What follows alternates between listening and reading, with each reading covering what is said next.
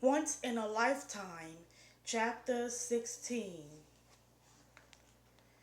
Judith gave me a wake up call at 6 a.m. Wednesday morning, but I had already been up for an hour.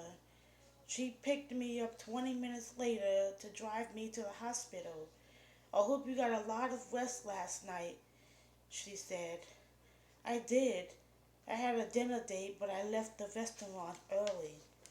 Judith briefly glanced at me with a puzzled look on her face. Oh, with someone interesting, I hoped.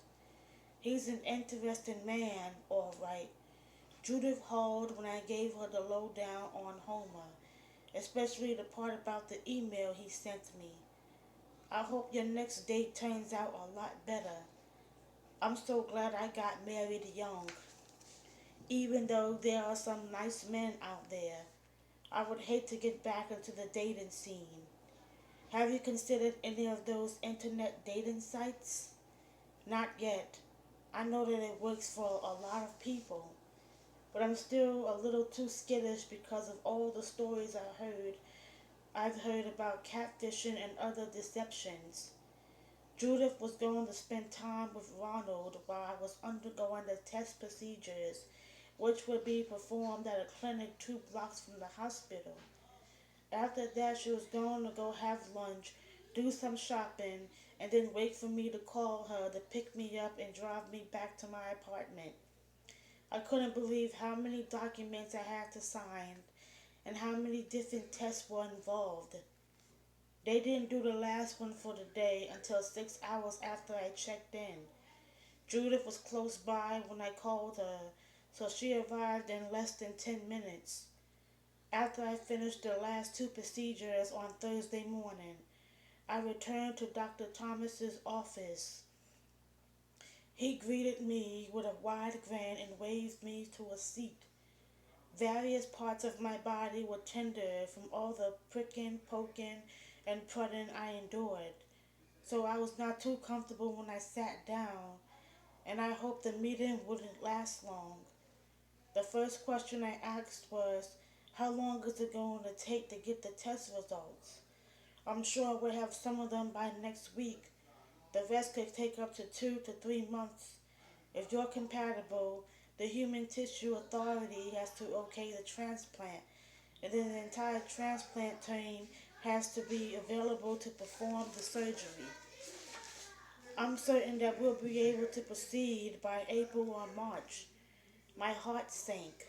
All this information overwhelmed me. I was glad I hadn't known so much was involved before I decided to become a donor.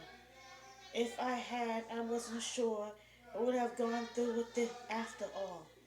I was grateful things turned out this way because now I couldn't back out if I wanted to, and I didn't. 4 months is so far away, I gulped and gave Dr. Thomas a hopeful look. Please tell me that Ronald can hang on for that long. I wish I could. All we can hope for is the best, but we have to be prepared for the worst. Next day, now that I knew I would have to wait a while to get the results, I didn't want to put off telling my siblings and Madeline and Odette. I was going to need a lot of support to make it through the waiting period. I left a voicemail for Jim and Anna to let them know I'd be returning to work tomorrow. I saw no reason to waste Friday at home when I didn't have to. Madeline answered on the third ring when I called her number. It's about time you called back. I left you a message Wednesday afternoon to see what you thought about Homer, she began. He didn't mention you after he returned to the restaurant. Are things headed in the right direction for you two? Things between Homer and me are headed to a deep end, I said sternly. Madeline let out a sharp, short whimper when I told her about the email he sent. Did you reply? It would be nice if he'd given you a more detailed explanation. especially after the way he kept after us to set him up with you. I tried to reply, but he already blocked me. Madeline didn't whimper this time, she screamed, and then we laughed.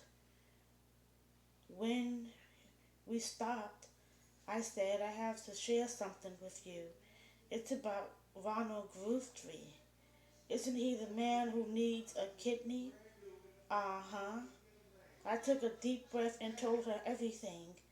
I even shared the part about Mama's transplant and how that had influenced my decision. When I stopped talking, she remained silent for so long. I wasn't sure she was still on the phone. You still there? I'm here. This is the biggest bombshell anybody ever dropped on me. I had to take a moment to let it sink in. How come you're just now sharing this? Have you told Odette? No, but I'll tell her later. I don't know what to say, V. You can say whatever you want. I'm in this too deeply now to change my mind and back out. I wouldn't want you to do that, but whatever you do, I'm behind you all the way.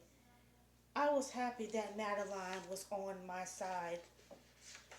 She spent the next few minutes commanding me and and telling me how much she admired my courage. It pleased me to know that so many of the people in my life supported my decision. After we ended our call, I called Odette. She didn't hesitate either to let me know what a wonderful and unselfish thing I was doing.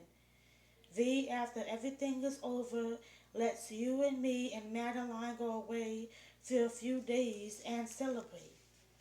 I'm all for that. We can discuss that later. Now I need to get in touch with Gary and Deborah and let them know. I got Gary's and Deborah's voicemail. I told them they needed to return my call ASAP. I didn't want to tell my parents about the test over the phone, so I drove to the retirement center. I was happy Deborah and Gary were present when I got there.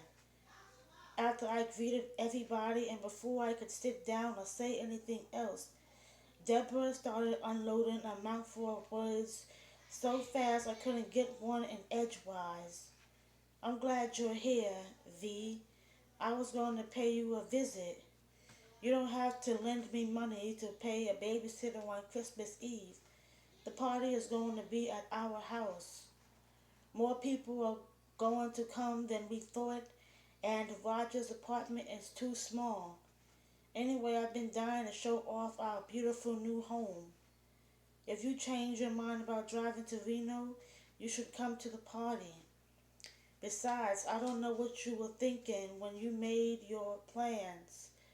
You know how heavy the snow gets on the highway once you make it up into the mountains this time of year. Last year was so bad, folks going to and coming from Reno got stranded for 12 hours. I was glad when she finally paused. By the way her lips were parted, it looked like she stopped just to catch her breath and was gearing up to jabber some more, but I didn't let her. I've already canceled Reno, but I don't think I'll feel like attending a big party. I looked from her to Gary. I'm glad you're both here, so I won't have to say this but once.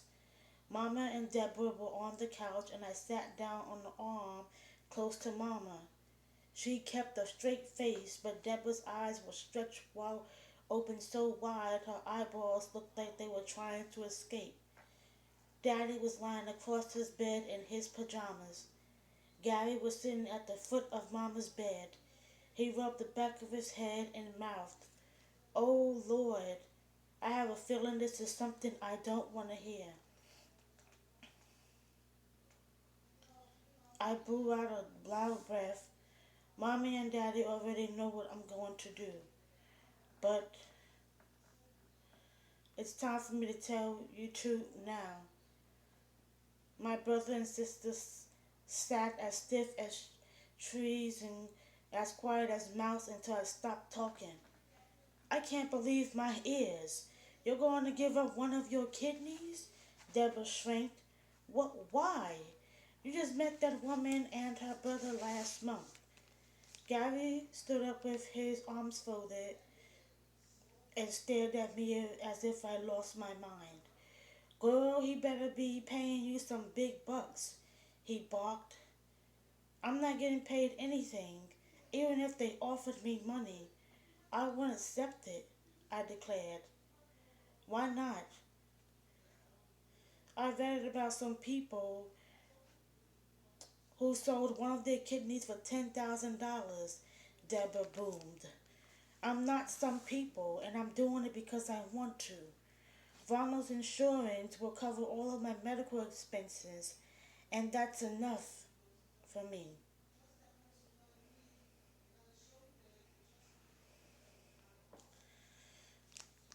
The room got so quiet you could have heard a pin drop. Deborah leaped up off the couch and put her hands on her hips. Well, I don't like what you're doing. Do you think those people would do something like this for you? What what if something happens to your other kidney? Gary asked with a serious concerned look on his face. If that happens, I hope somebody will donate a new kidney to me, I replied. The doctor told me that my remaining kidney will eventually increase in size to compensate for the loss of the other one. Yuck. Deborah scrunched up her lips and looked from Mommy to Daddy. Are you two just going to sit there? Say something to your child. She was wagging her finger so hard I was surprised it didn't fall off. Mama raised her eyebrows and gently said, I'm not about to stop her. It's her kidney. What's wrong with you, Mama? This is your firstborn child. Aren't you and Daddy going to try and talk some sense into her? I never thought this family would get caught up in an organ transplant situation, Deborah hollered.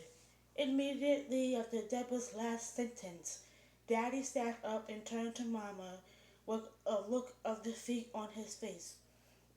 And then he said in a gentle tone, Osi, don't let this get out of hand. I think it's high time for you to tell Gary and Deborah what you went through. Deborah and Gary whirled around to face Mama with their mouths hanging open. Mama sighed and started talking in a slow, controlled manner. By the time she finished telling my siblings everything she told me about her liver transplant, Deborah was in tears and Gary looked like he had turned to stone. Mama, how come you didn't tell us before now? Gary wanted to know. Because it wasn't important until now, she replied. Gary walked over to me and put his hands on my shoulders. V, if you're a match and decide to go through with the transplant, you can stay with me until you recover. My brother really showed his emotions. This was the first time in years I'd seen tears in his eyes. No, Gary's only got one bedroom. You can either stay with us or I'll come hang out at your place until you're back on your feet, Deborah offered with her voice cracking. Thanks, I replied meekly. It was a struggle for me to hold back my tears. A few moments of awkward silence passed. I let out a sigh of relief and stood up. I wanted to stay longer, but I was getting too emotional. The test results won't come in at the same time, but as they come in, I'll keep you all posted. After a long group hug, I immediately left. Like, comment, and subscribe on this video. Bye bye.